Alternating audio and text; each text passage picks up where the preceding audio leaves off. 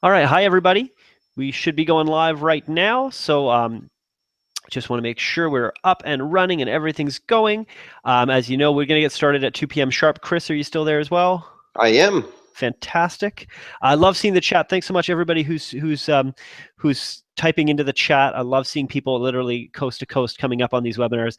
For those of us in Southern Ontario, I think a lot of us are experiencing a very cold and wet day. So it's a great day to hang in on this webinar. And, we have a great, I always love when Chris comes in and does these webinars. He gives so much information. So I hope you're ready to take some good notes and get really geared up for this year. And this is something that they prepared especially for us, especially for Royal LePage and part of our sales success series. So I'm really looking forward to this one. That said, feel free to keep chatting throughout the webinar. I love to see it. And you can always come back, watch this later on as well. So if you want to come back after this or you miss some information, feel free to skip through the presentation itself. I do also remind you that from time to time I hear of some people who have issues, stuff goes on. When you guys, sometimes people are presenting or listening to these webinars in their pen where everybody is, and that can be a challenge for the Wi-Fi because we're streaming live. So sometimes one of the things you can do is actually tune in, like kind of pause it for a second and relaunch it and maybe stay a couple minutes behind. That can help. Or the other thing is just trying to refresh sometimes. So again, I love seeing people going in the chat. And, for my time here, let's see, what do I have? Well, I got 2 o'clock here. So I'll formally get this thing started. So thanks so much, everybody, for tuning in. Thanks, everybody, for saying hi. We got a great webinar for you today. Now, today's session is called Get Your House in Order with Chris Leader. 2017, here we are, the first couple of weeks. We want to make sure you're going to have great success through this year. Now, I do want to remind you, of course, of why we're here. And, we started these webinars back in 2015. Actually, Chris launched our first webinar in January of 2015 for sales success. And when we, approached Chris to say, hey, would you be willing to do these? We said we really want something to help our network enhance their sales development. And we want it to be done by industry experts. And that's why we were so happy to have Chris. He delivered a lot of them in the first year and has been coming back every year since then. So we're also introducing topics quarterly. We want to ensure we talk timeliness. So, if some of you tuned in last December, we had Genworth Canada talking about the mortgage rule changes and how to communicate that to clients, because, that was something that a lot of agents were asking for at the time. Now, you can find all of these on the RLP Network if you go to RLP Network under webinar training or royallepage.ca/training. Of course, I'll remind you of Royal LePage's promise to you. We're here to help you maximize your earning potential by providing you with powerful business tools, access to leads and referrals, and training for all stages of your career that builds your skills. And I love seeing the diversity of people who come to these webinars and seeing what people get out of them. Don't be afraid to reach out to us. Don't be afraid to let us know what you're getting out of it. I love seeing it. And again, the chat is a great place to chat with your other peers who are here committed to learning. So feel free to get involved with that. That's all I have to say. There you go. There's my 2 minutes.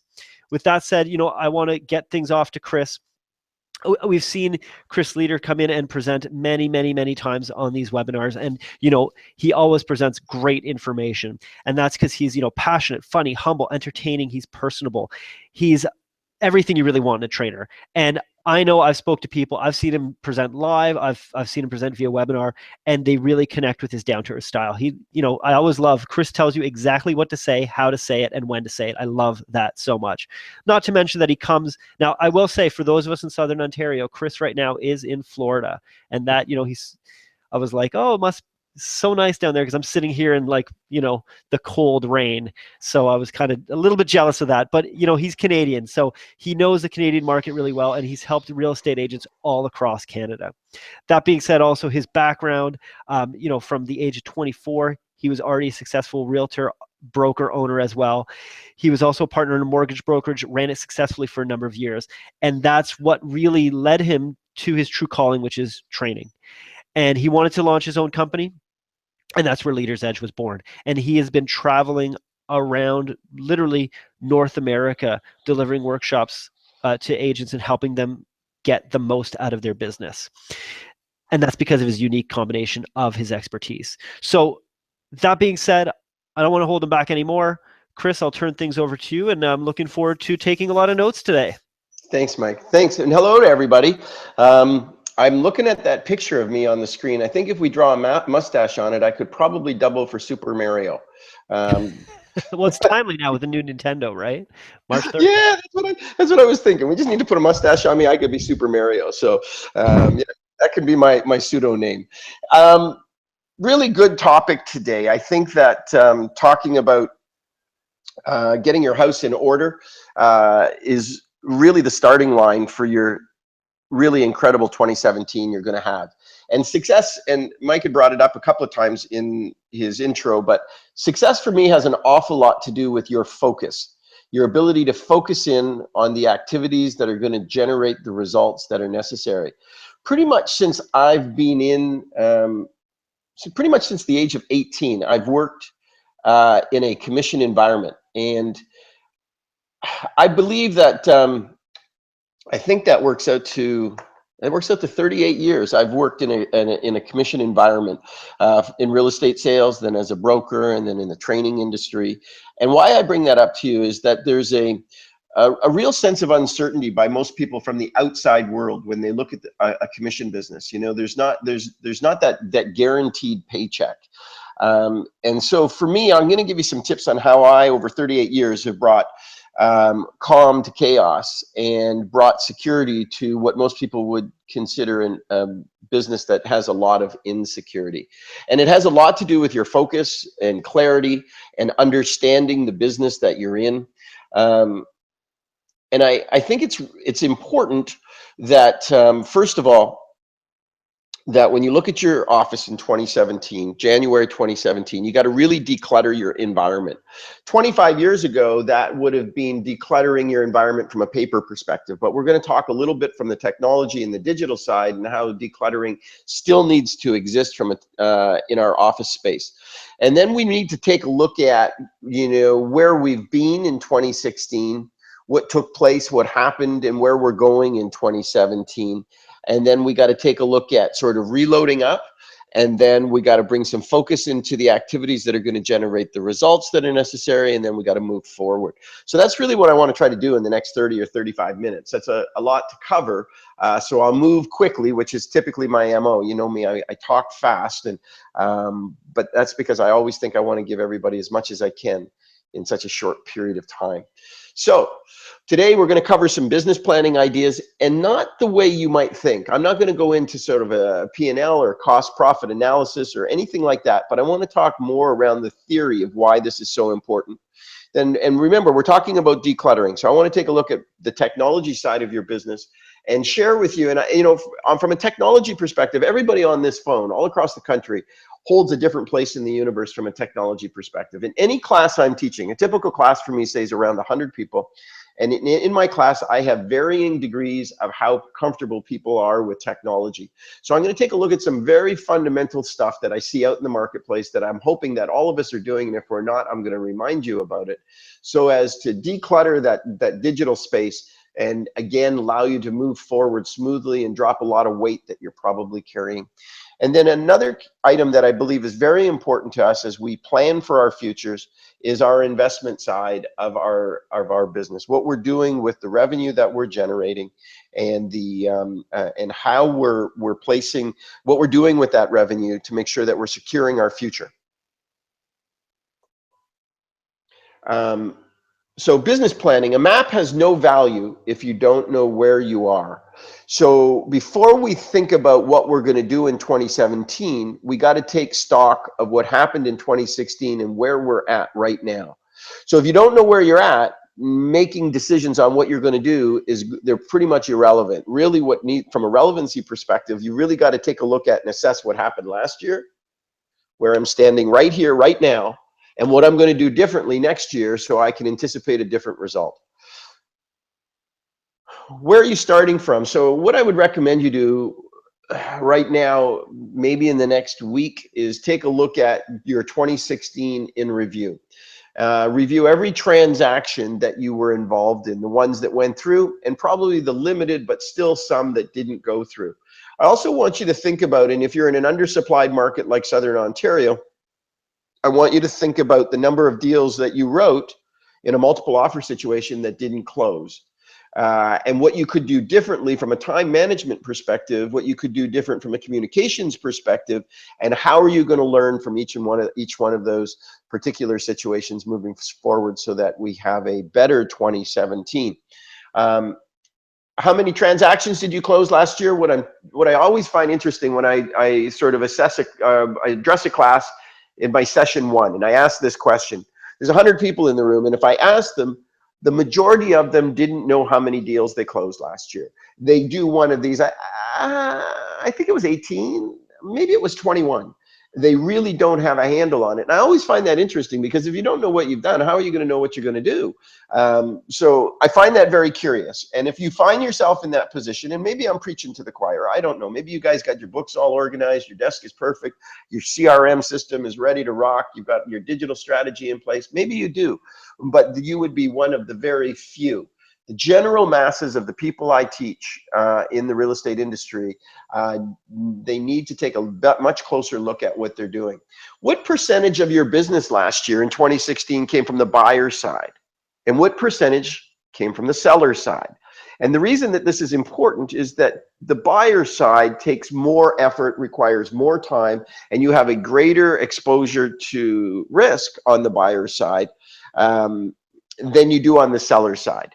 Different skill sets required, but if you're looking to build out a really successful practice, manage your time, have work-life balance, have time off, and be able to pretty much ensure that you cross the finish line based on what you anticipate for the upcoming year, you're going to find greater success and a greater opportunity on the seller side of the transaction.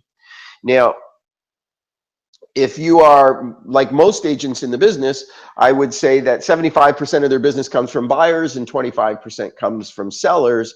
You're spending too many nights, weekends, holidays. You're at the beck and call of your buyers because it's such a big, important part of their life, buying a new house. So once the transaction starts, it's not unusual to get calls at 9:30 at night from somebody who is, they have concerns, and it's a big deal to them. So that goes on the buyer side.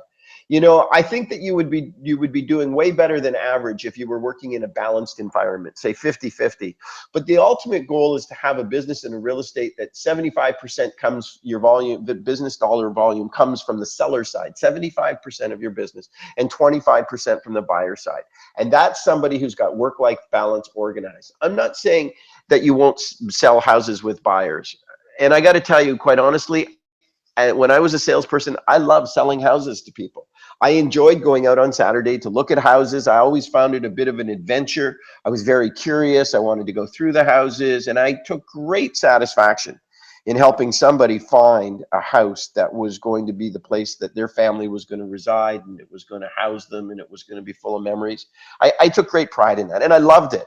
But if you take the emotional side out of the conversation and you look at it purely from a business perspective, if you could move your business to a 75-25 sellers versus buyers business model, it'll bring a greater balance to your life. Where did your business come from? What I need you to do is take a look at every one of the deals last year, and I need you to identify buyers or sellers, and then where did you get that business from? And again, I find most salespeople, if I ask them, how many deals did you write last year? And somebody says, well, I don't know, I think around 20. That's not a good answer. And I'd say, well, how much was buyers, how much was sellers? They typically don't know the answer off the top of their head, and they don't know their ratios. And then I would say to them, well, where did your business come from? And they'd say, well, I think I got some from an open house, and I did some mailing, and I got something from that, and I knew somebody who was thinking about selling. The point is that they don't really know. And if you don't know what activities and what strategies are really generating the results, then you're more likely to take the investment portion that you have available for your business and be putting it into strategies that are less than successful. So let's figure out where your business is coming from. Let's do a bit of a SWOT analysis, your strengths, weaknesses, opportunities, and threats, and figure out where your strengths are. Where did your business come from, and what could you double down on to really make a difference in 2017? So these are the things that I need you to think about at this point in the year. Like, what am I doing? Where did it come from? What should I be doing? What didn't I do enough of? What do I need to do more of? What was your average GCI per transaction? Now, I don't know what buzz term we want to use for this, but this is the income. Like how much money did you make on a deal last year on average? You know, was it 8,000? Was it 10,000? Was it 6,000? I don't know what marketplace you're in. I don't know the average sale price of a house. I don't know what the average commission is. And how does that stack up against what you're charging? Because when it comes down to it, if you want to make more money next year in 2017 or this year, what you need to do is you need to either close more deals, or you need to increase the commission per transaction. So, you know, and if you're not getting enough commission per transaction, then what you want to do is there's two areas. You either increase your commission rate, or you increase the sale price of the market that you're working in. Those are the two ways that if you were to do one of those two or both of those, you could close the same amount of deals you did last year, but make more money in 2017. And if you're listening to me and you're thinking, wow, getting more per commission per end, like, you know, moving my commission rate up, that's not doable. Well, if your mindset is it's not doable, then it's probably not doable and you're not going to do it. But I can tell you, I work in marketplaces all over North America, and there's a whole arrangement of different commissions out there. And I know you'll find it hard to believe, and I'm sure you'll be like, I don't believe him. But I'm going to tell you, I'm working in California right now, and I'm working in Colorado right now. And there are agents every day of the week that are charging 7%. And you're like, I can't get 5. How is this guy talking 7? It's an attitude thing. You know, what are you bringing to the table? How good is the quality of the work? What's your videography look like? What's your technology work look like? What's your digital stuff look like? I mean, if you're doing what everybody else is doing, then you got to trade on commissions and the pressure's downward. But if you're bringing a business model that's just so much better than everybody else's, and your objective is not to sell everything, just to sell the people who believe in what you believe, then you're going to be able to raise your commission rate. That's a whole other conversation. I'm not going there today. I mean, that's a whole other workshop. We could spend a few hours debating that on any call. But you know, when you think about it from that perspective, either increase the sale price of your house or increase your commission rate. And where did you spend your money last year? Think about your marketing money. Now, when you think about your gross revenue, let me give you some industry rules of thumb. I'm not going to call them a rule of thumb.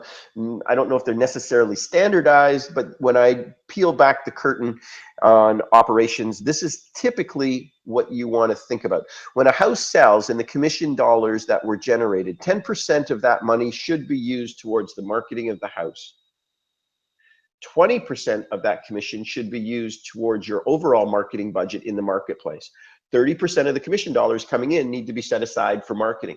20% should be held back for administration, and you should be operating your business off of 50% of the income off of every commission for your personal life expenses. So that's sort of a very quick breakdown on that. Again, a much more sophisticated topic, a lot of stuff to talk about in that one area alone, but I hope I'm giving you food for thought.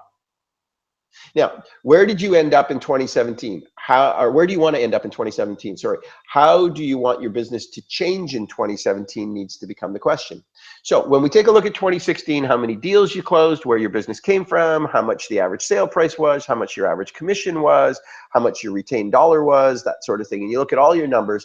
Now you need to decide 2017, how many more deals am I going to close this year? Where am I going to take my money to invest in? What strategies that I can leverage to bring more volume to my sales desk? So how many more are you going to do in 2017? How will you increase your gross close commissions per transaction? Will you get better at asking for a better commission rate, or will you go after a more expensive property? These are the two ways that you can do that. How will you shift your business? And I don't know who I'm talking to on the phone today, but how will you shift your business from buyers to sellers? It doesn't matter if I'm in Miami or Victoria, British Columbia, San Diego, California, or St. John, Newfoundland. I can always tell you, it has always been and will always be, the biggest producers in every marketplace are always listing salespeople. You heard it since you got into the business. List to last, listings are the name of the game, listings are the way to the top.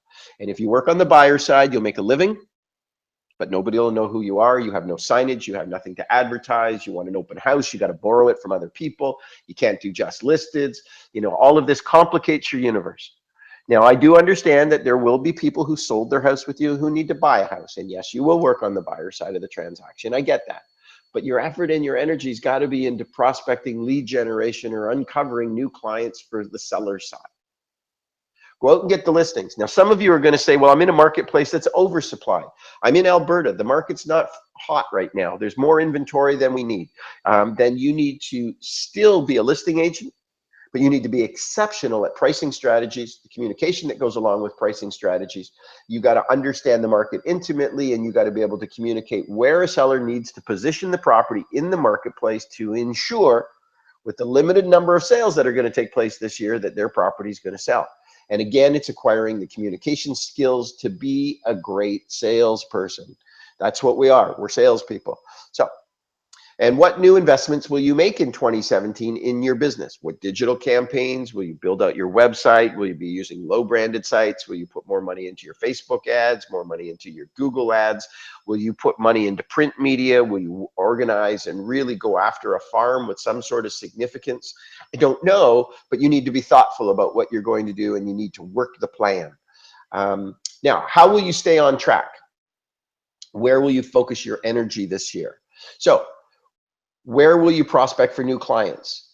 And you can't just make a living doing follow-up with past clients. You can't make just a living working the sphere of influence that you presently have. Your sphere has to be constantly expanding. And if you don't continue to expand your sphere, you can only knock on one of your friends' doors so many times and say, hey, do you want to sell your house, before they close the blinds and turn the lights off and say, here he comes again. So you got to find new people to put into your system. So where will you prospect? And most people I talk to today, they don't like the idea of prospecting. They want to run some digital ads. They want people to call them. They want people, then they're going to call people back. You know what? And I'm certain I'll probably get in trouble for saying this, but it's lame. I'll tell you what real salespeople do. They get up every day and they spend most of their energy looking for really good opportunities. They knock on doors, they call people, they chase FSBOs, they follow up after their open houses. They're having an open house on Saturday. Wednesday, they're out knocking on doors and inviting people to the open house. They're working it. And if you work it, you're going to get results. So where are you going to get your new business from this year? What got you the best results last year? Was it your open houses? Was it your door knocking? Did you really land some for sale by owners? Were you elegant and poetic when you worked the social situation and were able to convert conversations into actual appointments? Is that sort of your strength? There's lots of different ways to do this, but you need to know what you were good at last year, what you're going to leverage more of this year, where you're going to get that business from. How can you improve on your prospecting this year? I'd really recommend that you put time in your calendar every day to do the stuff that nobody else wants to do in real estate. The tough stuff, I tell you, the hardest thing to do in real estate, and it doesn't matter what marketplace I'm in, the hardest thing to do in real estate is create the opportunities. In the industry, we refer to that person who can as a rainmaker. They have the ability to generate business. You need to adopt that position, that mindset, that attitude, and you need to get focused on driving opportunities to your desk. The more you prospect, the more opportunities you create. The more opportunities you create, the more listings you take. The more listings you take, the more signs in the neighborhood, the more people become familiar with you, and that's how you build it out. Great salespeople are rainmakers. You gotta be a rainmaker. How are you going to track your activities to determine the results, so you can see what you're doing? How many conversations am I having? What is my conversion rate on my conversations to appointments? What is my conversion rate on my appointments to my listings? And what is the conversion rate on my listings to my sales? You need to track all of your percentages. Just like a professional athlete does, or a coach or a GM for a sports franchise, they've tracked the numbers. They know that this is this guy's strong spot, or this is what he's good at, and this is what he does well. And they use the strengths and they protect the weaknesses. You got to do the same thing with your business. Figure out what you're really good at, do a lot of it. Make sure you don't get caught up in the minutia of the stuff that you're not really good at, and make sure that you keep score. You got to know what your close ratios are. Implement a business plan and then review it often. If I ask most people in the industry, do you have a plan? They don't. And then there is a small percentage of people that do, but they do their plan typically at the end of the year. And then what they do is they never look at it again. The strength in a business plan is tracking your forecasts to your actuals, and seeing the results unfold week by week, month by month, quarter by quarter, until you get to the end of the year. If you don't take stock and you don't understand exactly what's going on, you won't know if you're ahead or behind. And before you know it, the end of the year will be here and you will have not crossed the finish line. That's just a matter of an awareness. It's being aware of where you're at and knowing that if you're underperforming, that you have to do more to get the results you're looking for.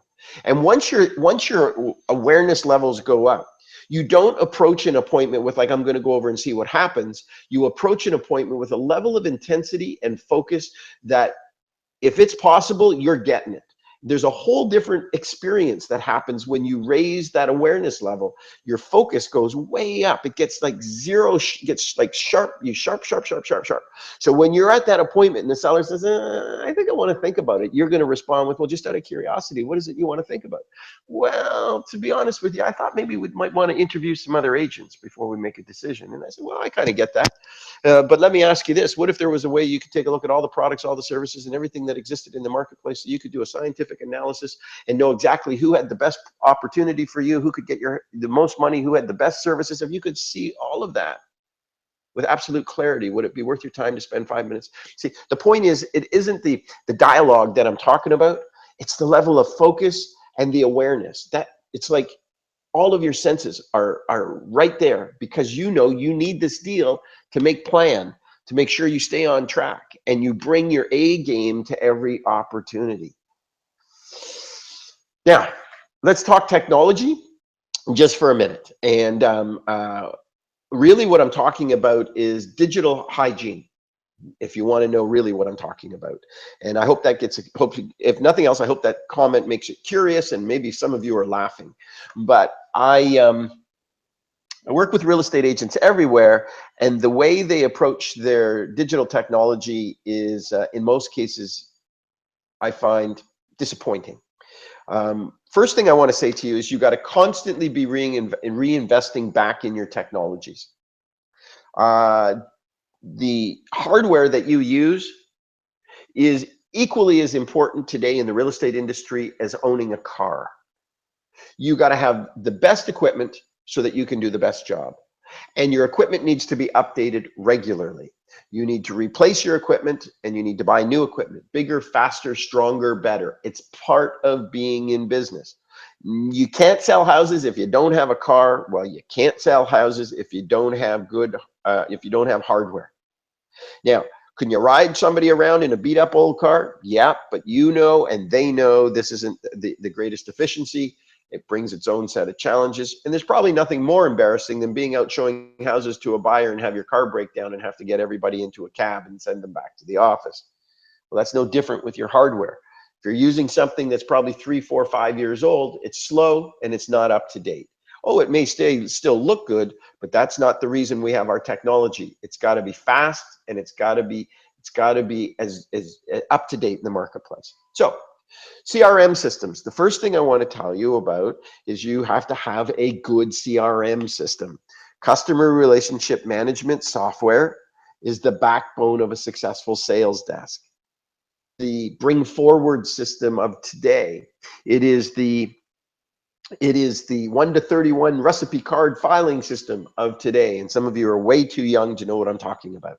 But CRM systems allow you, when you prospect a new client, to put them in the system, to put them in a sales funnel. The system stays in touch. It manages important dates. It's got all their details. There's a multitude of reasons.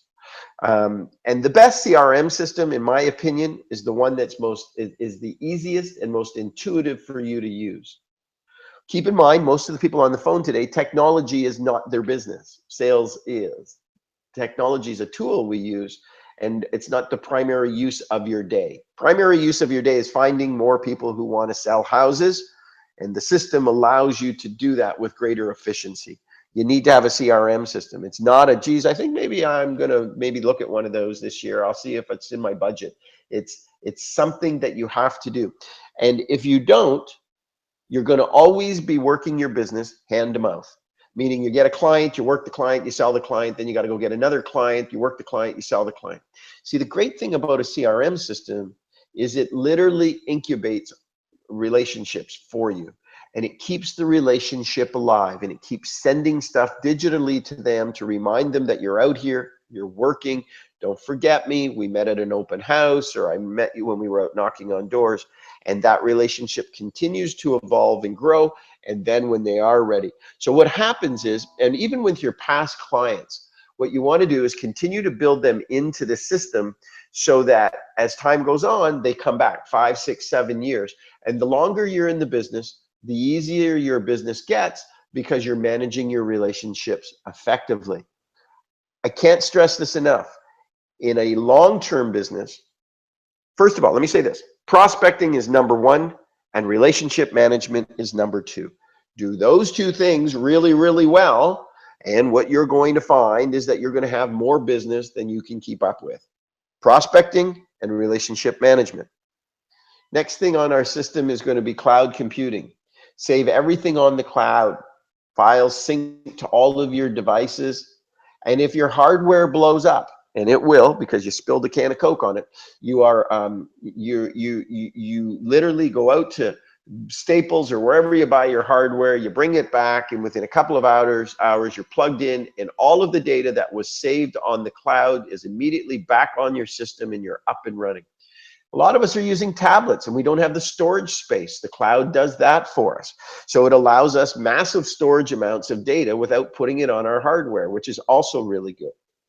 Say that out there, you're going to find from time to time there are those unscrupulous hackers who hack into your system, steal your data, and we all know the story. They kidnap the data and they sell it. They hold it hostage until you pay them. If you back up your computer every night to the cloud, even if they stole your data, all you do is go buy a new piece of hardware, plug it in, and you're back in business. And you know what? You can just carry on and not be held hostage. So accessing your files from anywhere with an internet connection, using the cloud for computing, is just where you need to be right now.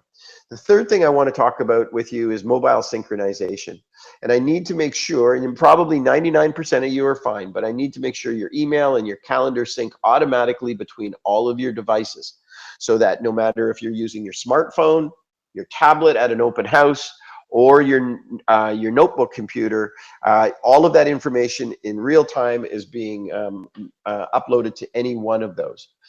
Second thing I want to mention is, in all of my classes, we have so many, like we have hours and hours of audio files that we have available. And often the students will come up to us and say, I'm having a difficult time getting the audio files off of your site and onto my iPhone, let's say. So we'll help them out with stuff like that, and we'll have a look at it. But what I find shocking is the number of people that don't clean out their inbox. And I've seen inboxes with 2,000 and 3,000 emails in them. And I'm like, don't you ever delete anything? And I get answers like, well, I'm afraid if I delete it, I won't know where it went, or maybe I'll delete something that was important or whatever. This to me is like chaos. I look at an inbox with 2,000 emails in it, and I'm like, that's the craziest thing I've ever seen. Until I started looking at other people's phones, I didn't realize that they had this kind of mess. It's insane. So sanity is cleaning out those folders. Second thing I'm going to tell you to do with your phones is delete your old photos. That's taking up so much memory space on your phone, and it's not necessary. And you probably shot a picture of whatever it was with 6 different times from 6 different angles. If you want to save one of them, fine, but get rid of the other 5. They're just filling up your memory on your phone. So on that note, get unplugged. Today, because of the job you're in, there's no need for a desktop computer anymore. 60% of the internet traffic today is done on a smart device, typically a smartphone. So you really need a great phone, and you're going to need a good notebook computer. And from there, you know what? And I'd like to see you have a tablet too, because I've got some ideas things you can do with tablets at open houses and stuff that I think are really cool. So those are the 3 pieces of hardware. And when you go to buy a notebook, buy a real Rocket, something that's got a lot of storage, a lot of speed, and it's a really strong computer. So the type of money we used to put into a desktop is what I'd put into a notebook computer today. Add to your budget a tablet. They're not a lot of money. They're like $500. You get a decent tablet, either a Microsoft or an iPad, and a really good smartphone, so that all 3 of those pieces are in sync with each other. Digital presentations. If you're doing a listing presentation using paper, you're like from a different decade. So I'm being, you know, right out front with you. And I have people who say to me all the time, Chris, I'm afraid to use a digital presentation in case I have problems at the client's house. Well, you know what? You better figure out how to use PowerPoint, because it's a pretty standard platform, and it has been for quite some time. 94% of buyers start their search online today. You need to be tech savvy. And if you're having challenges with Google or Microsoft or whatever platforms you're using, then you better take some extra training, because it's literally like buying a car and not knowing how to drive it. There's a different thing between owning something and knowing how to use it. So you need to know how to use this stuff. Your presentations digitally, we can do a much better job with videography. We can do better jobs with photography. And in my digital presentation, which you can buy on the Leader's Edge website, my listing presentation has the CMA component built right into it. Today, if you're running a CMA and you're leaving it at the client's house, I can guarantee you the competitor who's coming in tomorrow night is going to be using your CMA as a benchmark, because you left your data. All of that should be built into a digital presentation that's totally customizable, by the way. You can put everything in it that you want, make it yours, and do all of that. But it needs to be slick, it needs to be sexy, and it needs to have a built-in CMA in it, not a printed CMA. Then throw away your day timer. Every class I teach, somebody's still writing notes on little sticky pieces of paper. They have a notepad and they have a day timer. I didn't even know they made day timers anymore. I'm surprised. So how do you get comfortable using the calendar? How do you get comfortable using your activity list? You got to get rid of the paper, and you got to force yourself to use only one thing: your smartphone or your notebook computer, because they're in sync with each other. But you got to go digital. Got to go digital, got to go digital, get rid of the paper. And if you're struggling with that, think about it this way: you're doing a great service for the environment. Now, real estate apps, and that's why I think you need an iPad or you need a tablet. But Open Home Pro is a great, and I don't get paid for telling you guys these. I don't get paid to sell them. I'm just telling you that an Open Home Pro is a great app for open houses. It does wonderful things. The clients sign in immediately. They put in their email and the photographs and the videography, and the feature sheet is sent to them, and then you have their data and you can get in touch with them and vice versa. Everybody's loving this. So make sure you're using Open Home Pro app. The other one that I like out there is, and it's a lot of fun when you're listing a property, is Magic Plan. And it's a great way to take all of the measurements and lay out the floor plan for the house and that. And I think, again, it's a really cool little app. So you need to investigate both of those. And do yourself a favor. They'll have like the cheap version that's got advertising and crap on it. Be a pro. Spend the money. Buy the real deal. Get the real thing. So what? It costs 20 bucks or it costs 15 bucks or whatever it is. It doesn't matter. This is what's important, is you approach your business like a business.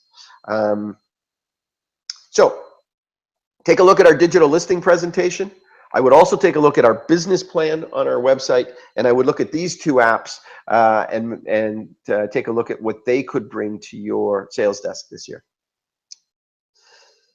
Stay safe. Reset your passwords. Okay, again, we're talking digital hygiene here. Some of you guys are using the word password for password, which I can't believe. Or how about this? 1, 2, 3, 4. Or how about this? 0, 0, 0. Or how about this? Your birthday, like 1973 or whatever the year is. That stuff doesn't work today, guys. How many times do we have to turn on the telly or read the news and see that, Yahoo's being hacked and all the information is being sold on the black web? How about Casino-Rama? For all you guys in Ontario, they got hacked this year, and all of those people that weren't telling their spouses they were at Casino-Rama gambling are being held hostage now. Or how about this? Just saying, Ashley Madison got hacked. So you know what? That's the website where people are doing things they shouldn't be doing without inviting their spouse along. That's not cool either. So now, I'd be nervous if I had been sort of skulking around at Ashley Madison. The point is, these big companies have great protections in place and they still get hacked. So do yourself a favor, do some homework, figure out where you go, because I know you've got 24 different passwords between bank accounts and debit cards and Visa cards and your Rogers account and your this account and that account. Man, you can't keep that stuff all straight. I know that, but there's technology out there that organizes all of it, and then it gives you a constantly changing password that you access from a secure site that allows you to go in and check your passwords. So there's technology out there to protect you. If your system gets hacked, it's because you haven't been practicing good digital hygiene. And all of us can get hacked. Everybody can get hacked. And and even when you do good stuff you still get hacked. But at least if you did all the right stuff and you got hacked, then you can put your head down and say, you know what, I tried my best and we did the right stuff. But if you're just being sloppy and you got hacked, that's not cool. Now, smart investments. One of the things that I'm always nervous about when I look at our real estate community is the lack of money people don't put away for retirement. And I want to talk to you about this very briefly because it needs to be part of your 2017 strategy, and it needs to be part of your business strategy going forward for the rest of your career. There are some things that I have learned after being in real estate for 38 years. Things that I'm going to tell you about that I hope that you'll put on the side of your desk, and you'll start to be thoughtful about, so that you don't end up at 60 or 62 with no money for retirement, trying to figure out how you're going to make this thing go, or working with clients you don't want to work with. So let's just take a look at some basic strategies that are important. Prepare yourself. Interest rates, number one, are not going to stay low forever. Some of you on the phone are going to say, oh, I'm not an economist. What I am is 38 years in the business. And I can tell you the one thing that follows low interest rates are higher interest rates. How high they go, I don't know. How low they go, I don't know that either. What I do know is if you practice strong strategies, strong financial strategies and principles, you'll weather whatever the real estate market does. You need to get your house in order. Right now, well, we have history low interest rates like we've never seen, and we've had these now for 2, 3, 4 years.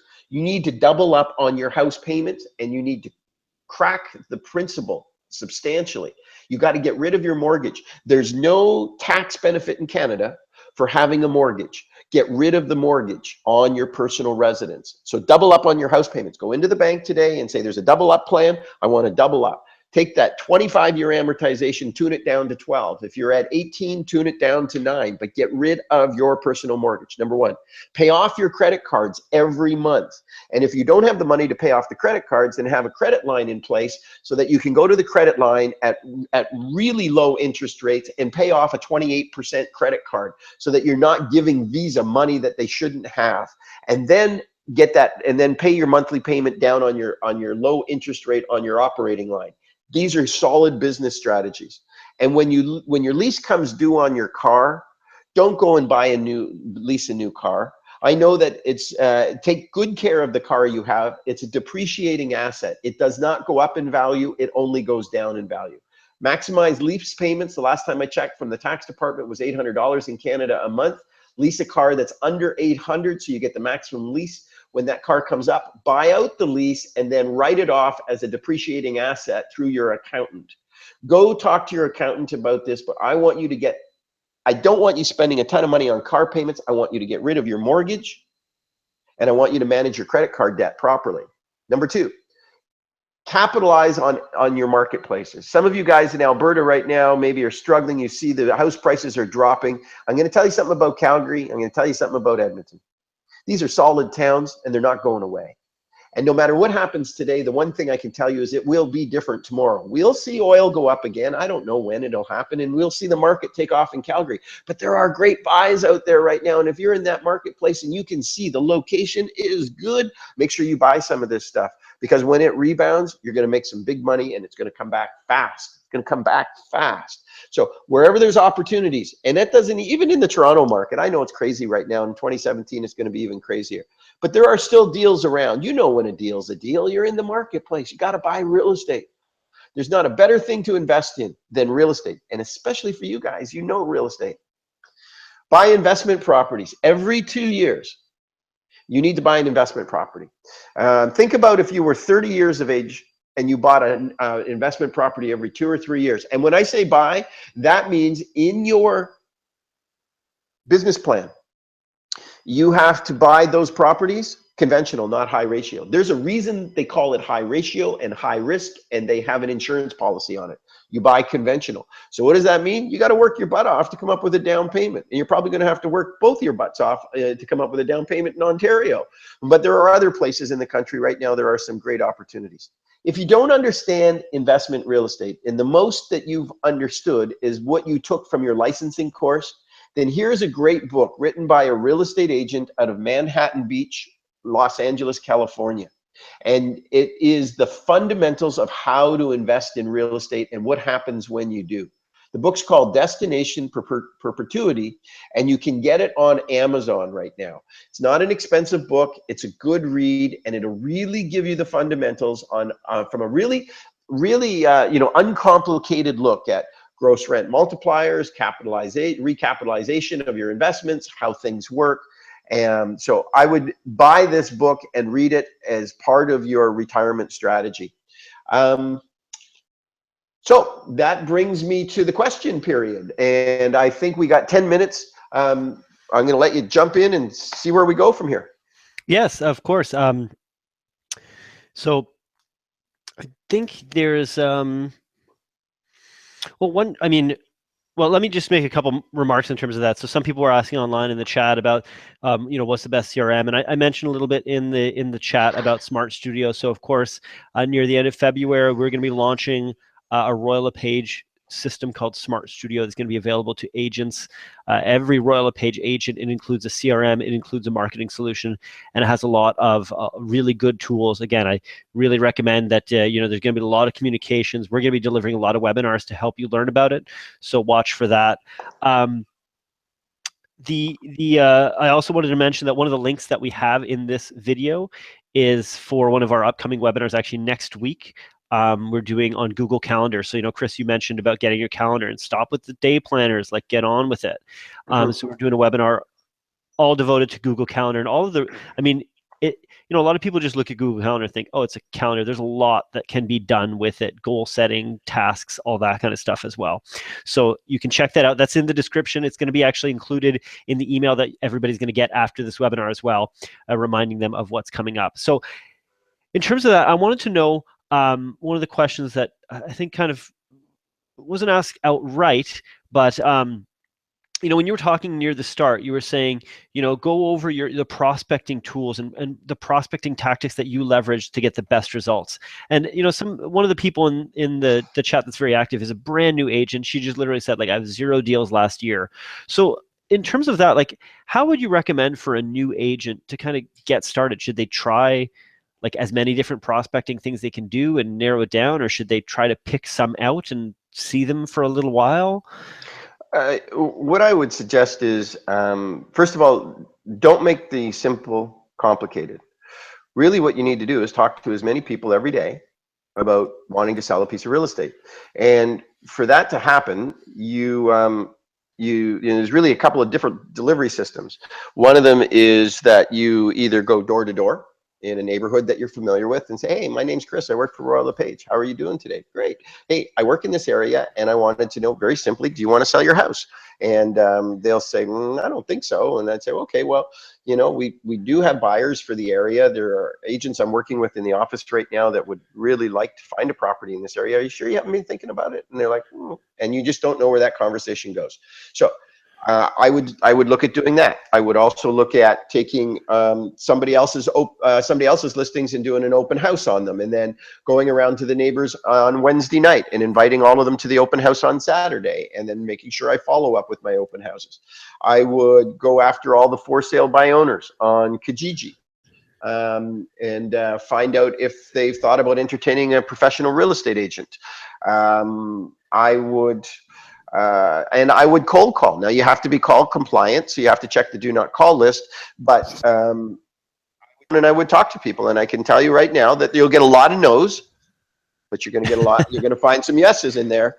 And but sitting at the office doing nothing isn't going to get the job done. Getting out and talking to people. And I would also say, and you guys have heard me say this for years, I would say that one of the things you need to do is every day you need to give out 10 business cards every day.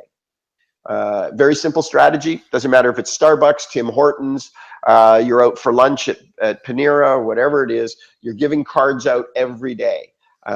Grocery store, gas station, variety store, post office, the bank, whatever it is. Everybody's getting a business card. You're talking real estate with everybody. If your real estate radar is up and you're approaching that conversation like that every day, and your mandate is, I can't come home until I give out my 10 cards. So you'll be just out for the rest of the day. Right. Now, you know, I was, let me just looking up one little thing here, because, you know, I know you're talking about the door knocking stuff, and that's something that I find amazing, is that people are saying, you know, door knocking is working. Nobody's doing it anymore, right? So people are like, I had some agents out in Cambridge tell me that they actually ended up, the first door they knocked on, person answers the door, happens to be somebody's birthday, and they invited these agents in, and they spent an hour with these people just hanging out, and they were like, we didn't get to door knock for the rest of the day because they were with, and it was like, that's crazy. Like, you know, who would have thought you would have gotten invited in and hung out with these people? I was teaching in LA last year, and one of my classes was in Beverly Hills, and the agents in Beverly Hills have an average sale price of $3.5 million. So I'm asking them, like, session one, how are you guys going to go, you know, how are you guys going to go prospecting? And they're like, well, we don't prospect. And I'm like, well, you make cold calls? And they're like, cold call in Beverly Hills? I don't think so. And I said, well, like, do you do like for sale by owners? No. And I said, well, do you make cold calls? What do you mean? Pick up the phone and call people? No. I said, door knock? No. So one young guy, it's like new in real estate. He comes up after class. He says, does door knocking really work? And I said, yeah, if you go do it, sure. So he comes back next week. He's got a listing for $4.5 million. It's in Beverly Hills. Now, Beverly Hills, if you've never been there, it's not gated. The community's not gated. So you can walk up the driveway and talk to these people in these mansions. And everybody in the class is like, oh my God, you got a new listing, $4.5 million. The new guy, he's brand new. How'd you get that listing? Did you know somebody? And they're like, he's like, no, I went door knocking. And they were like, what? You went door knocking in Beverly Hills? And he said, yeah. He said, now, a lot of times I talk to the nannies and the gardeners and stuff, but he said, some of those old people been there for years. I knocked on the door and I said, you want to sell? Next thing you know, I'm walking around the guy's gardens in the backyard looking at this fabulous pool, and the old guy who owns the house is telling me all about it. The next week, we had people out door knocking in Beverly Hills. So don't tell me you can't door knock in Milton or Grand Prairie, Alberta. Okay, if I can get people to door knock in Beverly Hills on $4 million properties, you can go door knocking in Whitehorse or you know, Red Deer. Don't be afraid. Yes. Don't be afraid. No. Just do it. Do it. I have Gilles Laliberté. He's asking, just saying he has 2 buyer agents who are working for him. And he's asking, what's your opinion on hiring an administrative person? Now, I will reference, you know, Chris last summer actually did, or was it 2 summers ago now? Oh my God, it seems so long. But he did a session on building a team. And, you know, this is a much bigger question that I think we could cover in the couple minutes we have. But I'll very quickly give a quick answer to that. An administrator is a very, very important part of your team. Getting caught up in the day-to-day paperwork of stuff can really bog down a sales operation. You need a really great quality person. I don't think they need to have a real estate license. I think they need to be really proficient at office management. And where I would go to get that person is I would not advertise for them, because you'll have a difficult time sorting through resumes and interviews and trying to figure out who's going to be the right fit. For an administrative person, I would go to an employment agency. In Ontario, the last one I used to hire somebody was an employment agency called Apple One. We gave them the job description of what we wanted. They did the research, they did the interviews, they did the testing, they did the background checks, the criminal checks, the credit checks, and they handed us a list of qualified candidates to decide which one we liked the best. So I would pay somebody like an employment agency to get me a really good quality administrator. And remember this, whenever you get somebody, you always get in life what you pay for. So if you get somebody really good and you got them on the cheap, they won't stay with you. So if you want somebody to stay, you got to pay well to make sure that they're not looking for other options. Yep. Jim Bridgman out in Saskatoon is asking, he's saying, he just said, like, I thought of buying 20 Tim's cards of $5 and giving them to the people of each house who clear the sidewalks on my walks near home. He says, do you think that's a realistic neighborhood idea? I think that's a lot of money for sidewalk clearing. You might be better off to put a kid in a Royal LePage jacket and get him a Royal LePage toque and pay them to go up and down the street and clean the sidewalk, compliments of Royal LePage, probably be a lot less money than giving $5 to everybody who cleans your sidewalk, and everybody'd love you, because you'd be better off to buy a bunch of coffee, go around and knock on people's doors and say, hey, I got a kid out front cleaning your sidewalk. I thought you might want to have a coffee. But you know what? I will say this to Jim. Any promotion is good. And if you want to get some Timmy cards and knock on people's doors, I think it's a fabulous idea. I would never be down on it. Anything that you do is better than not doing anything at all. Yep. And you never know, sometimes something just takes off. And I have one more minute, and then Tina's looking at me. We got another webinar coming up right after this one. So hit me with one more real good one, and then I'm going to have to bow out. Oh, that's all. These are all the questions I got. Okay, so we cover them. I think we have, and that said, if other people have other questions, of course. So I'll wrap it up with the last question from Patrick Egan, who just asked about where to go to get the listing presentation you spoke about. www.leadersedgetraining.com and go to the product tab on the website. It's my website, Leaders Edge Training. Yeah, Leaders Edge Training, and or you could even call our office at 1-866-607-7999. So that's 1-866-607-7999, and one of my staff would walk you through that and get you set up and get it out to you if that was something that you were interested in. Nice. All right. I've put that in the chat. So I'll just remind everybody again, we got a great webinar coming to you next week on Google Calendar. If you want to do what Chris talked about and get off of this idea of this day plan and really get into these tools, then sign up for it. The link is in the description. You're going to get a link today in about a half an hour with the link to this webinar, as well as the invites to those webinars as well. Of course, you can check all our webinars out in rlpnetwork.com under the webinar training section, or royallepage.ca/training. Now, I invite you all to also, this is what it looks like on RLP Network. I invite you to like the video, give us a thumbs up, subscribe to our channel, because then you'll get noticed when we go live and stuff like that. And it never hurts me to get that. So here's on royallepage.ca/training what it looks like. And that said, I want to thank you, Chris, again. Thank you, guys. I appreciate Royal LePage so much. You guys it's such an honor for me to have a little bit of time with you. So from both Tina and I, a big thank you. And I hope that we'll see everybody on the phone soon. And with that, I'll leave you the last word. So thanks, everybody, for tuning in, and we'll see you next month.